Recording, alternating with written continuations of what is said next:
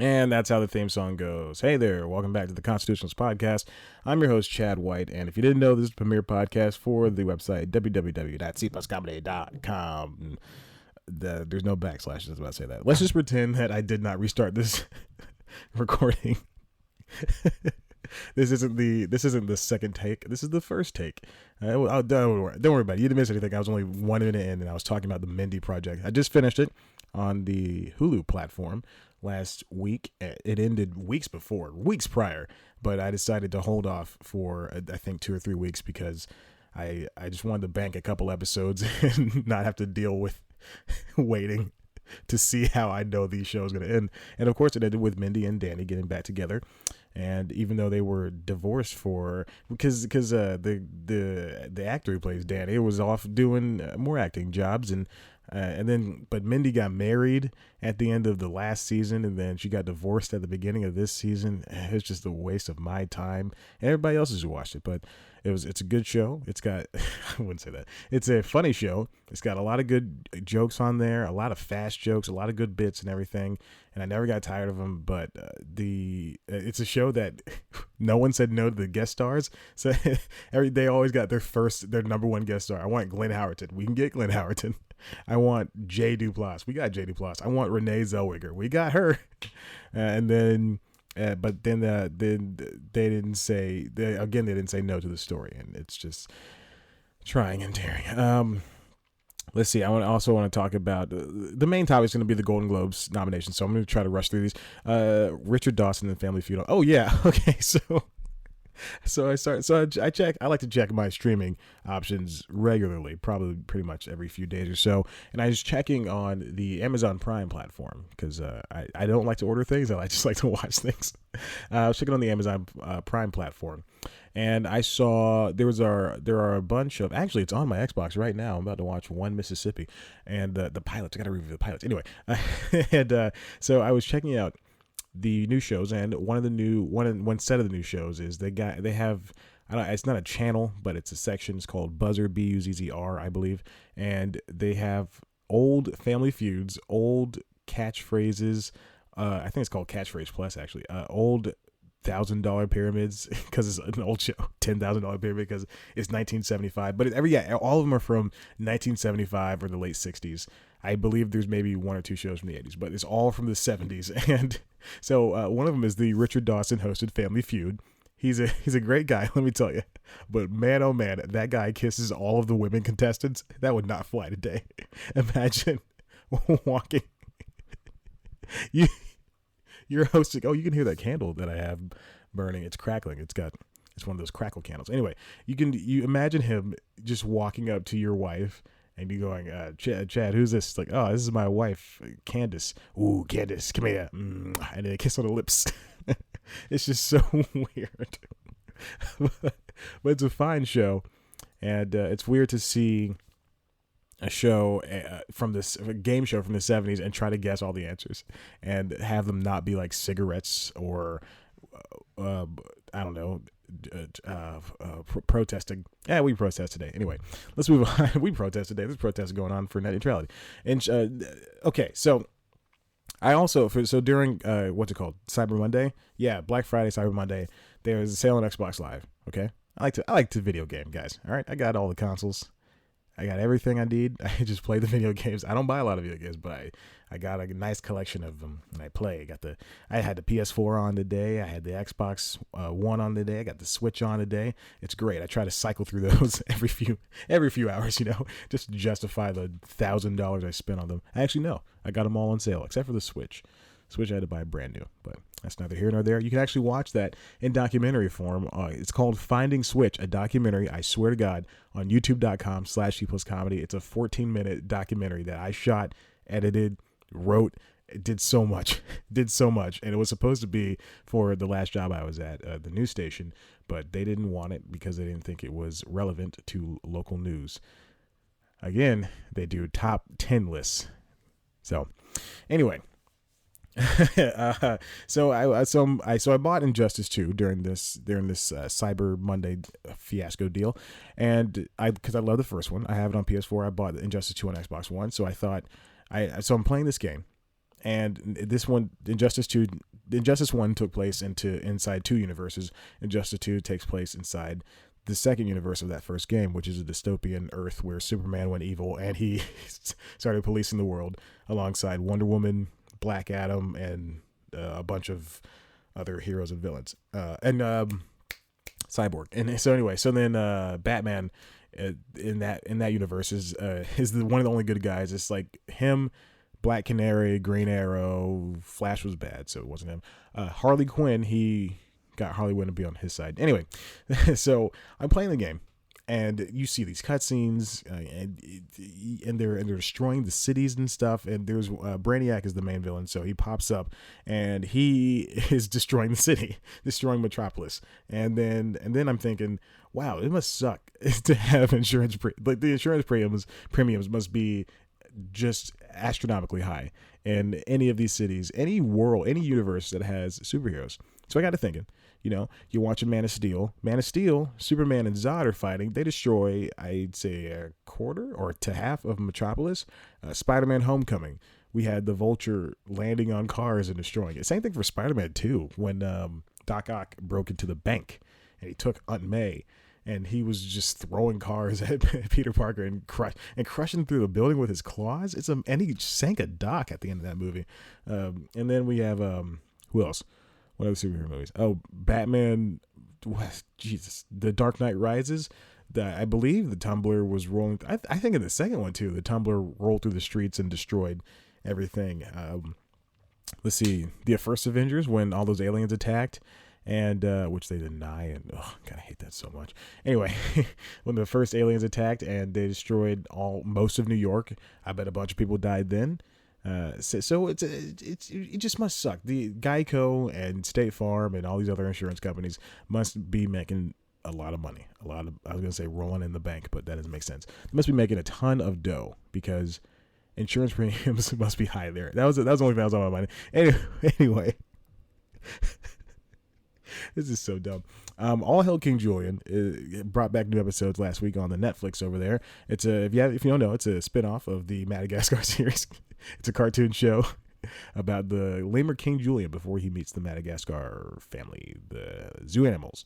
So it's him and Mort and Maurice, and then they have this bodyguard named Clover, who I assume leaves at the end of the series before the movie starts. I don't know if they're ever going to end this series because it's gone on for.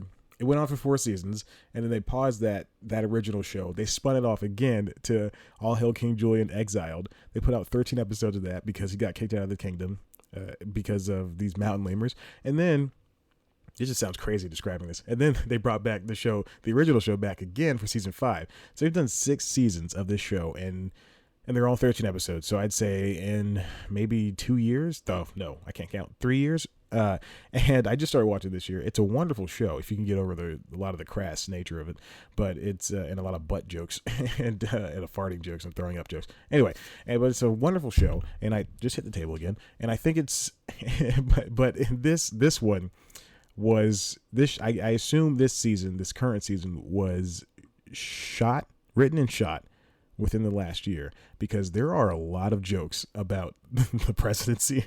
There are a lot of jokes about America today, and it is great. It's so wonderful to see a cartoon just tackle this stuff, and they are not holding back. I would give an example of a joke, but my mind is admittedly a little bit blank right now. But it's go watch it. It's wonderful. You can just probably I don't know.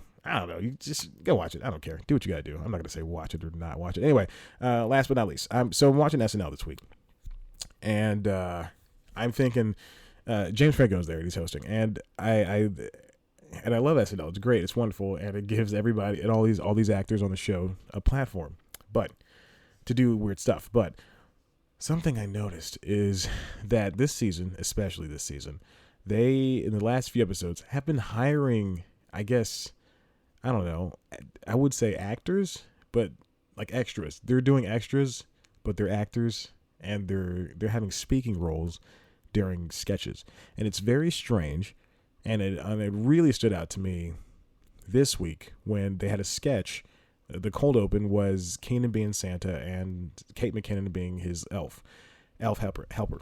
And she was, and so they were bringing kids up to sit on Santa's lap, and the kids would speak. And I understand that they need this for I know how, they would, usually if they were doing this 10 years ago, they would have all of the actors, all the cast members of SNL do this, be the kids, pretend to be the kids, quote unquote. But they actually got kids this time, and these kids are reading off the cards, and it's funny, and it worked and everything. And then we get to the monologue. Franco is speaking to a regular person who was not a regular person, a quote unquote actor, quote unquote regular person, an actor who is in the audience speaking before he gets over to a woman who was standing in front of Seth Rogen, who's also an actor. So it's a man and then a woman, and I don't know, it's very strange, and I don't know why they're doing that right now. I don't know the gist of it. I don't know the rules. I don't know the rules of SNL. I don't know if they've done this before. I've only been watching since, I think Betty White was my first episode, so I've only been watching since then. So I don't understand. I don't know why they came to this. I guess they want more time to do the makeup. They don't want makeup people to rush, so they hire these actors who probably have no chance of being on SNL proper, and they say, we'll pay you, the SAG minimum for the speaking role, and then that's it. So who knows? The Room is out.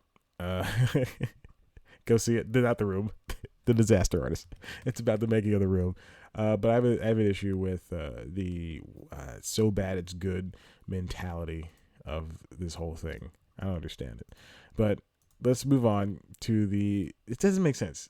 Just either like something or you don't. I love the DC. Well, I love them. I like the DC movies a lot. I love Batman vs. Superman. I do love that movie. I like Suicide Squad.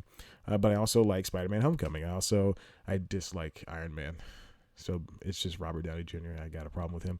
But I like Captain America, the first two. I like Wreck-It Ralph. I like Frozen. There are plenty of quote unquote bad movies I have. I got let's see. I'm looking. I think I have the first Shrek. The first Shrek is not good. Let's admit that. I got iRobot. I don't think I've ever watched iRobot on DVD. I just bought it. It's so many bad movies that I'm not naming. Let's see. I'm just gonna move the mic with me. I have let's see. I don't know. There's a lot of bad movies, and I'm looking at a lot of good movies here that I can't even name that are bad. Boy, Red 2. I like Red 2. I don't think I've seen it all the way through, but I like it a lot. Hobo with the Shotgun. I don't know if that was completely well accepted. Coach Carter. It's wonderful. It's great. I think people need to drop this so bad it's good or bad or good. All of it's subjective. Okay, so I want to get to the Golden Globe nominations. So for comedy this year, there's a little bit of contention because the Get Out movie, Get Out, was nominated as a comedy. And kind of really pissed a lot of people off, especially me, because Get Out's definitely not funny, and it's only a very decent movie. So let's just be real about that. But so there were a lot of let's get to the snubs first. For the comedies, there were a lot of snubs. For comedy, there's a lot of shows out, and we are in the quote unquote peak TV era. So I said quote unquote I think 3 or 4 times in this episode, so I'm gonna stop saying that. But this year, thanks to the New York Times, I have all the snubs right here with me. And they say, in recent years, the Golden Globes have fallen hard for shows like Transparent, Mozart in the Jungle. So Marvelous Miss Maisel isn't out of the left field. Marvelous Miss Maisel is about a stand-up comedian woman in the early 40s or 50s. I don't know. And she's very funny and people like her. But we have the snubs. Let's see. Left out this year were Transparent and Veep. Transparent is a very big winner for both the Emmys and the Golden Globes, so I don't know why they left that one out. I also don't know why they left out Veep, but my only guess is because Veep is coming, first of all, because Veep has won, I think, for the last 4 years, and then it's also coming back for its final season next year, so maybe that's why they're doing that. Then we got Better Things, which was not nominated. We have Glow, which was not nominated, which is very odd considering that it premiered this year and it did really well, and I liked it a lot. It's a show that I watched. And I don't watch a lot of shows. I do. It's a joke. And then Insecure, all 3 of those shows got acting nominees for the female leads, but they didn't get the best comedy nods. And then Girls was not nominated, but it already won in 2012 and it was nominated twice before, so I don't really need that. And then Brooklyn Nine-Nine was not nominated as well. So here are the shows that were nominated. Marvelous Miss Marvelous Miss Maisel, Blackish, Master of None, Smilf, Will and Grace.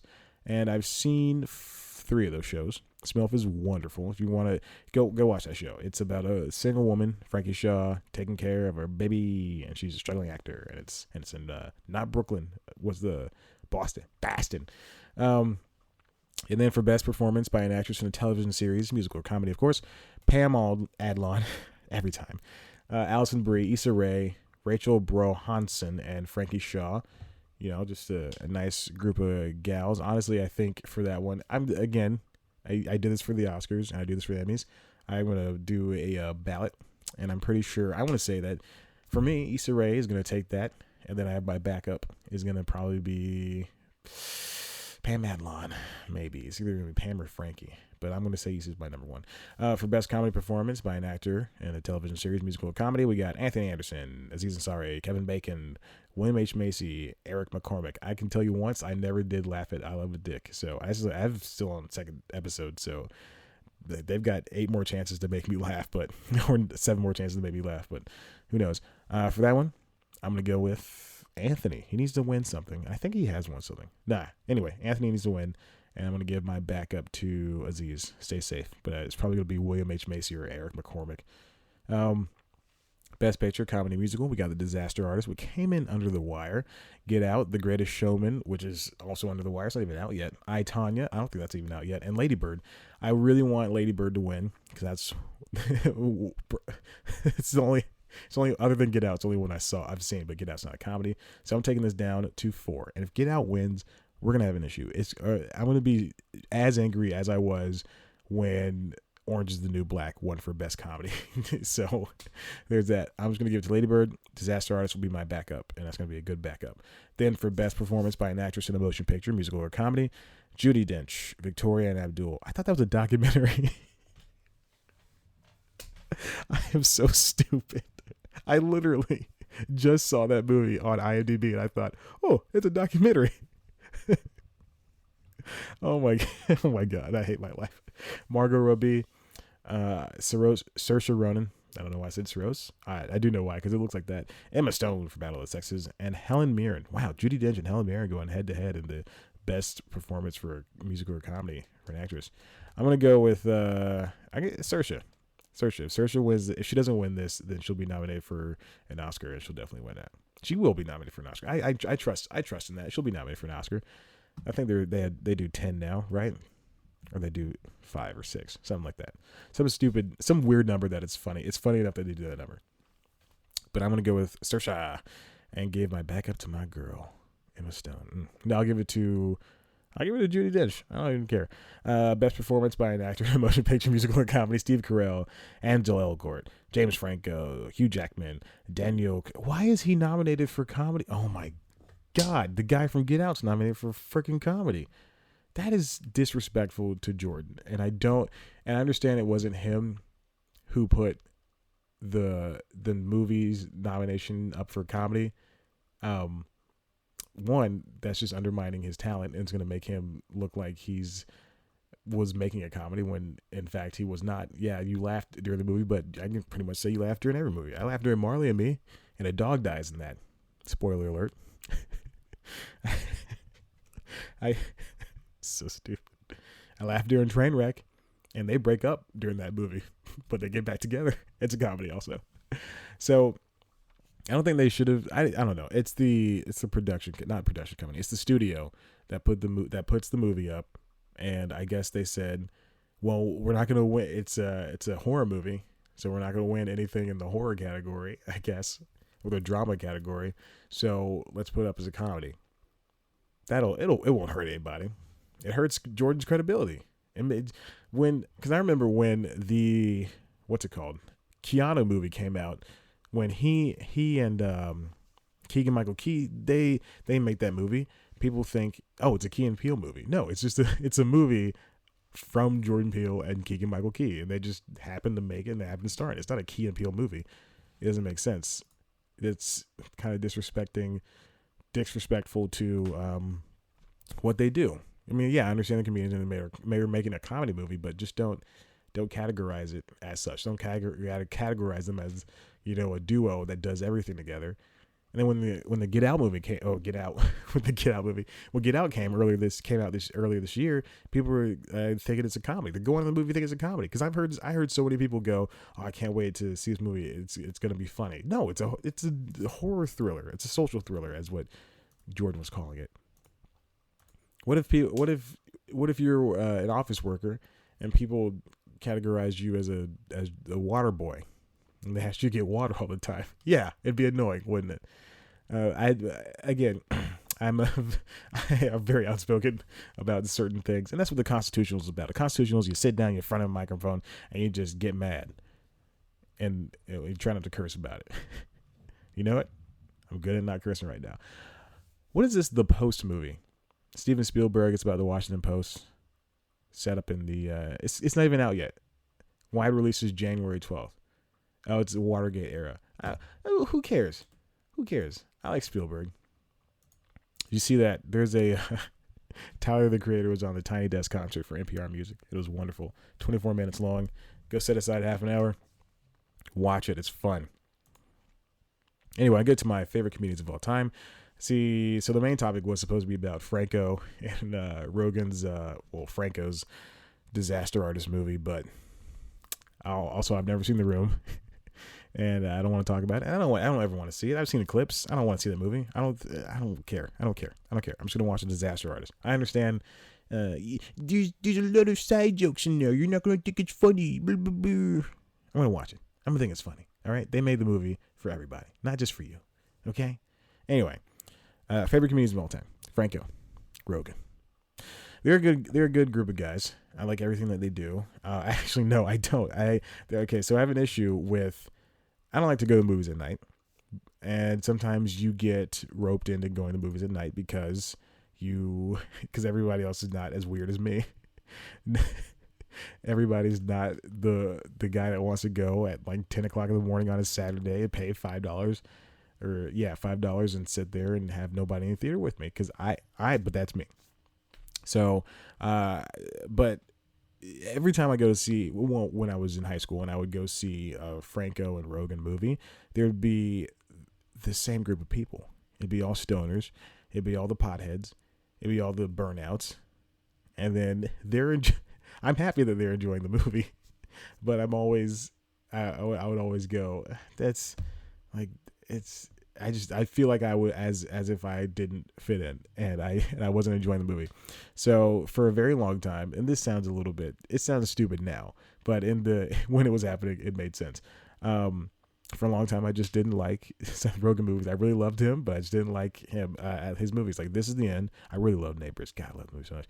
This Is the End, The Interview, and Pineapple Express were three movies that I saw, and I would just hate the group of people that went to see these movies. You know, I was just a regular kid, and then they were just these already on their way down, spiraling down. So, but anyway, I got over that, and I'm not less of a freak, but I am less of a freak. And so there you go. And I can't wait to see The Disaster Artist, and it's a movie about the making of this movie, and it's fake, except for The Room. The Room is real, and it's a movie about making that movie, and it's everybody loves it. It's gonna be great. It's got a whole good cast in it. For Franco, I do think he's a very good auteur. He's a funny guy. He's weird, and I think that he can do anything that he wants. I think he's earned that, and I love that he does all of these. He takes all these weird liberties with these movies. You know, he can do something as invariably unserious as The Disaster Artist or Sausage Party, and then he can go ahead and jump to, I'm going back in time, but to a movie like 127 Hours, which is not funny at all, and it's just a sad movie. Did he play Love? He was in Lovelace as Hugh Hefner. Oh my God. Okay. I was on a roll. I was doing so well. Oh my gosh. But I really do enjoy everything that James Franco and Seth Rogen do. They're very funny guys, and they can write, and I especially enjoy the things that Seth Rogen writes.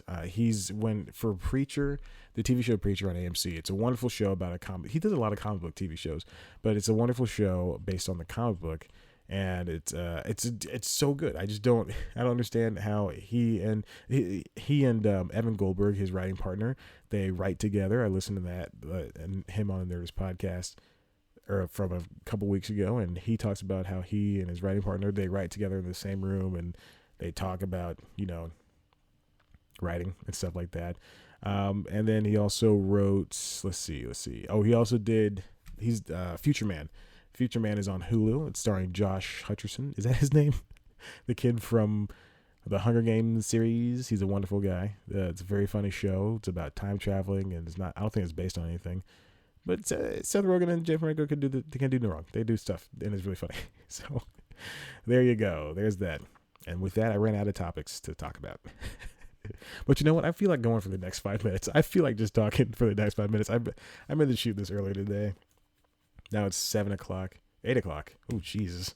Way behind. Oh, hey, listen. I just interviewed someone. Selena Coppock. Or Coppock. I don't know. Anyway, she's a very funny lady. I had a very nice conversation with her, 12 minutes last week. I already released the written interview, but stay tuned to the end of this episode. You'll get a very special treat. You'll get a nice minute or so of me talking to Selena. She's very funny. We had a nice conversation. I'm not going to lie. This is very embarrassing for me to admit, but so I type it up, I think 2 days later, and then I put it out. Let me preface this with preface this with I don't. It's not a very professional setup. I may sound good now, but that's because I have a very expensive mic in front of me. The news time does not look good, but it is edited well enough and it's put together well enough because I have very expensive programs that help me do that. But there's a lot of cracks in this operation over here at C Plus Comedy, and one of the cracks is I have a recorder that I've been using with news time, I would say for, oh my gosh, I would say going on for about 2 years now, 2.5 years. And while it was great when I was in college, it's not great now that I'm I'm almost 3 years out of college, and I'm using this same recorder that plugs into this same crappy microphone, that lavalier microphone that plugs onto my shirt, and it all doesn't sound good at all. It sounds canned, it does not. And but anyway. So that's the same recorder I use for news times, the same one I use for recording my interviews, because I can't record on the computer and record on my microphone at the same time. I don't think it works like that. So it definitely doesn't work like that. I just realized that. I just tried to put math in my head and it doesn't work. I just try to put math in my head also. And so I record. I have this tiny little tiny little recorder, probably like $20, and it runs on AAA batteries, and that's fine, everything. And I put it next to my phone, which is a Nexus 6P, which is an old ancient phone in terms of electronic phones right now. And I put it next to it, and I just record the conversation on speakerphone, and every time, and you've heard, if you listen to the old episodes of the show, and I don't know why you wouldn't, because there's 700 of you subscribers, and you guys each give me $1 every month on the Patreon page, patreon.com/C Plus Comedy Patreon. I'm not very creative. Also, that's not real. Don't go there. I don't do that crowdfunding bull crap. But I record on I record like that, and I'm basically screaming into the phone to make sure that they can hear me, and it sounds inauthentic. And then, but I'm screaming loud enough that the phone can pick me up, and also the recording can pick me up. This is going way too long. I said I was going to talk for 5 more minutes. We're now at 29 minutes. I'm so sorry. This is a 30-minute show. Anyway, so I record like that, and of course, over the years, I've become a better interviewer and a better reviewer also. But I've become a better interviewer, and that's great and everything. But the sound quality is still the exact same. So what I do is I take that file, I put it directly on my computer, I throw it into Adobe Audition, and I start listening to it and typing away, and then I pause it, and then I type and I catch up, and I do all this stuff. And with that, we're on the phone, and my phone connects over Wi-Fi or over the LTE, and it's sometimes it's good, sometimes it's bad, sometimes the sound goes in and out because I have Project Fi, and it's not a good cell service, and it's through Google, and while it's great because you only pay for the amount of data you use, it's only great for that, and there's a lot of issues with that service. So sometimes the phone goes in and out, and when I'm typing, I just have to guesstimate what they're saying, and I put it in brackets like any newsman would, and that's it. That's great. That's the end of that. But when I put out the Selena interview on Thursday, their PR people, I sent the link to the PR people, and they're like, "Great, I'll read you what." No, I'm not going to read that. I'm not going to read what they said because that is not appropriate for me to do in a business setting. But anyway, I'll give you the gist of it. I'd misheard what Selena said to me, and and so I had to change a couple of things. And so first they saw it, and then Selena saw it. And then Selena's sending back information saying, "Oh, he needs to correct this. He needs to correct this," which is, I get it. I understand. She can definitely do that. It's within her rights. So then the first time I go, "Oh, okay." My recording popped during that moment. I'll change it ASAP. I changed it. I apologize once more. And then again, another mess up. And then I said, "I'm really good at this. I'm so sorry."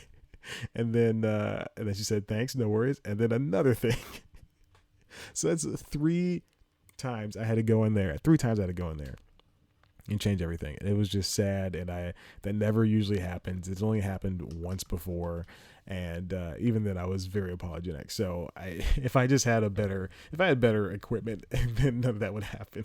I could just as easily have gone, which I thought about today. I could have gone, "Oh, can you repeat, you were half what and what?" But I could have, but it was, we were just in the moment, and when you're in the middle of a conversation and you're trying to answer so many questions or get so many questions out while you're trying to just respect this person's time, then it's not the best thing to do, to go, "Oh, can you repeat what you said?" Because you're in the flow. You're the way I do things is I mirror my interview skills off of, I was going to say Charlie Rose, but not anymore.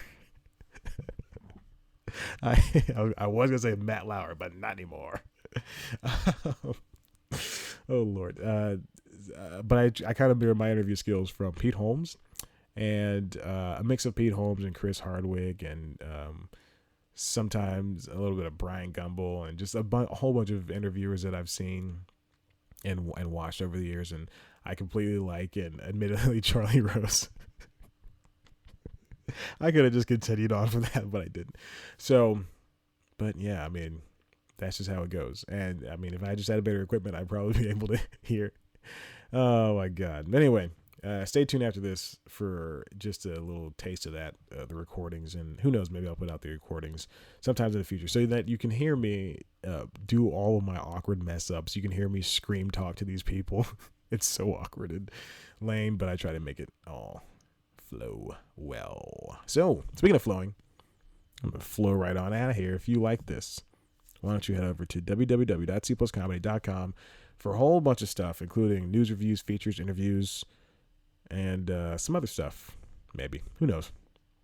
Follow us on Twitter at @cpluscomedy. Follow me on Twitter at @ChadBlackWhite. Like us on Facebook. Oh, go to the Instagram at @cpluscomedy. We are on Instagram. Do I? No. I was going to say I put up some of the interviews there. I don't.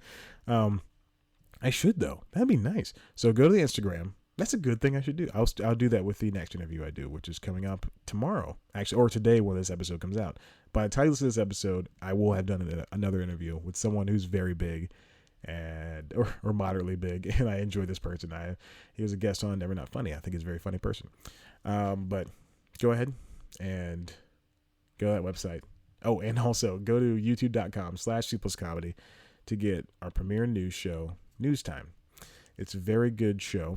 I really enjoy doing it. As much as I lament doing it, and as much as I hate and I curse doing it, and I always curse during it too, I do love that show. It's a very wonderful news show, and it just helps me learn about the industry, and it'll help you learn about the industry. It's great. This week, my friend, Greg Hernandez, stepped in to host, and he did a really admirable job for a first-timer, And we shot and recorded 2 16-minute episodes, and I chopped it down to 9, and it was good. He did a good job. He could stand to read a little bit faster, but he did a good job and handle his delivery. He did a good job. So yeah, expect a guest host this week. So watch it. It's very fun, very funny. He's a nice guy. It's about showrunners and their jobs and what they do, and the top 50 showrunners for 2017. Like I said, go watch it, youtube.com/sleeplesscomedy, and also stay tuned for an interview with Selena Coppock, who has a new album out. Okay, all right, wow, 35 minutes. Too long. I'll see you later. Bye. And I want to talk to you about one of my favorite jokes from Trackgate on pedicure. It's the what won't white women complain about, which is just an entirely different. It kind of reached Jeff Foxworthy levels in a good way, kind of, when he was good. With the redneck jokes, and I think that was so funny because I think that would be the track that I would have to sell my friends on. I would say, hey, if you want to listen to this comedian, go directly to pedicure because that directly is who she is. Yes. Oh, thank you for, I'm like so glad you got that. And I think that one has sort of a fun, silly build. And, it's one thing I really like to do is make fun of myself, and make fun of how I think sometimes I can be a real dodo. And I think I can also be very smart. But just the idea that, like, would this be a subtle prank show? Just like, and this literally happened to me before I went on vacation to Puerto Rico, and I was like, what's going on here? I truly thought that, but yeah, I think that premise is so, I just love sort of absurd stuff like that. That's why I love Maria Bamford. It's just, I love absurd, premises where it's so ridiculous and impossible, and then you just spiral from there. And that joke is one of my favorite jokes. And it's fun to tell because you can always swap in different beats at the end. I feel like there's so many examples of things that are like minor inconveniences that a white woman would complain about.